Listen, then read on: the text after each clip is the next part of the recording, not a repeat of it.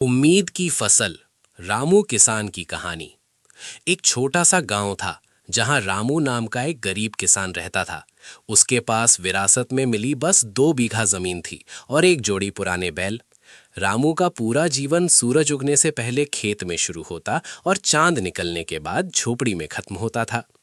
इस साल मॉनसून ने जैसे मुंह फेर लिया था। तपती धूप में जमीन फटकर दरारें मार रही थी।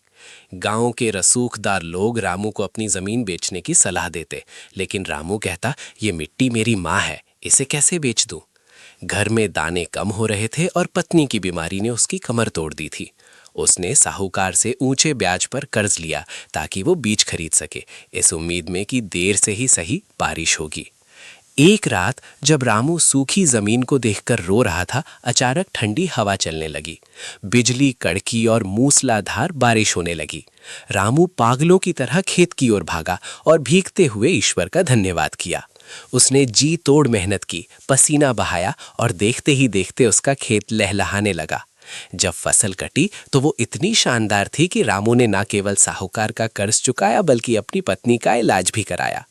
रामू की कहानी हमें सिखाती है कि परिस्थितियां कितनी भी कठिन क्यों ना हो, धैर्य और कड़ी मेहनत का फल हमेशा मीठा होता है। आज रामू के चेहरे पर वो मुस्कान थी जो केवल एक सच्चे कर्मयोगी के पास होती है।